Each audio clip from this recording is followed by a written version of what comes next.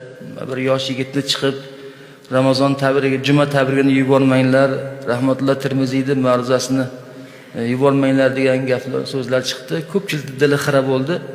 Yosh yigit, kichkina farzandlarimiz tengi yigit, ammo hurmat bilan munosabat qilishni bilmagan o'sha yigitni gaplariga e'tibor qilmaymiz do'stlar, xafa bo'lmaymiz.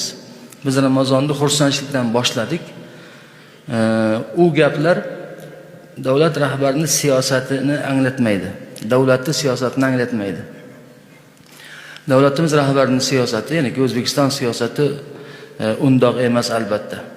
Chunki juma tabrigini yuborib bo'lmaydi degan gap kimning gapi? Bu o'sha salafiy vahabiylarning gapi. Ular bilan bir qatorga tushib qolinadi. Aytgandek, agar juma tabrigiga yuborish mumkin bo'lmasa, davlat rahbarining hayit tabrigi ham mumkin bo'lmay qoladi. Bu hokazo. Shuning uchun bunaqa narsalarga e'tibor qilmaymiz. U bolalarga duo qilamiz. Alloh insofini bersin. Otasi quloqini tortib qo'ygandir. Har holda otasi domla odam. Domlani kuyovi, domlaning o'g'li. Endi shunaqa narsalar ham chiqib turar ekanda.